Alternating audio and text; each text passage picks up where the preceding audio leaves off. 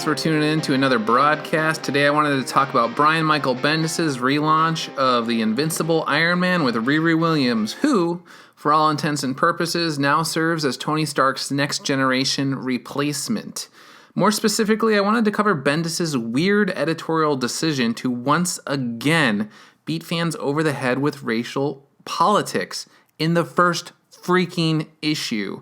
For those of you who don't read douglashearnsblog.com, you might want to head over there and check out my take on Invincible Iron Man #1, since I won't be doing an expansive review here. Long story short, a Steve Harvey lookalike diagnosed Riri Williams as a super genius when she was a kid. Her stepfather died, saving her life in Chicago during a drive-by, and now she's trying to figure out how to be Ironheart in a world without Tony Stark. How did he disappear? Who knows? Civil War II has been delayed, so I'm assuming we'll find out in the next couple months. Great marketing there, Marvel, but I digress. By the time Invincible Iron Man #1 ends, Riri has her own AI Tony Stark who will likely be a bear to work with going forward. With that said, here's my beef with Iron Man 1.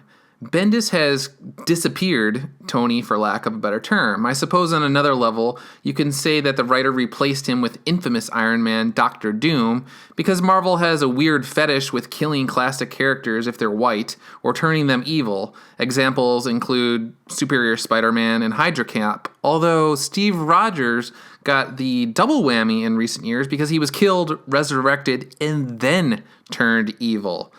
Anyway, here is the question. Why would a writer torpedo a classic character, tell fans that the replacement is, quote, probably smarter than her predecessor, and then kick off the new title by inserting a hands up, don't shoot message into the book? Bendis got into racial politics when he kicked off Miles Morales' solo title. He did it recently with an Eric Garner I Can't Breathe parallel in Civil War II #6. And now we have Riri Williams going to Cheyenne, Wyoming, where cops literally shoot her helmet square between the eyes after she saves the day. The moment happens when it's obvious they can see that she's black. So they shoot her as she's in a hands up, don't shoot pose. That was in the news after the 2014 killing of Michael Brown in Ferguson, Missouri. Who on earth wants to open their Iron Man comic and get beaten over the head with the message, yeah, those racist white cops, especially in Wyoming, they're so darn racist. If only they were enlightened as me, Brian Michael Bendis. It immediately takes readers out of the issue. Making matters worse, an investigation by President Obama's and then Attorney General Eric Holder's Justice Department concluded that Hands Up, Don't Shoot was based on a lie. It never happened. Politico, the New York Times, the Washington Post, and NPR, and a bunch of others all had to backtrack on that narrative because interviews with countless witnesses revealed that it was all just a fabrication.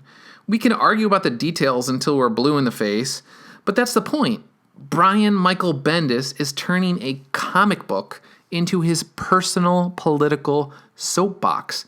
The guy has a weird obsession with imbuing his work with his own politics, virtue signaling to the world that he's such an awesome guy, and letting you know that if you don't like it, then perhaps there's something wrong with you. If you want to know why Marvel's sales stink these days, then look no further than the work of Brian Michael Bendis and every other writer who seems to think that fans want to get political talking points of the day shoved down their throat. I told readers on my blog that I would give Riri Williams a shot, and I did.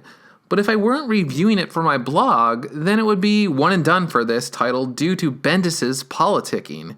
Fans are sick of it, and they're also sick of being told that if they don't do backflips every time a classic character gets the shaft, that they're somehow racist or homophobic or that they hate women or whatever. No, I just like Peter Parker and Steve Rogers and Tony Stark and Bruce Banner and Logan, and I don't like it when characters like Iceman have zero history of being gay and then overnight, poof, someone like Brian Michael Bendis decides, yeah, Bobby Drake was gay all along, but he was in denial. And if you think it's weird to do that to a character overnight, then you just might hate gay people.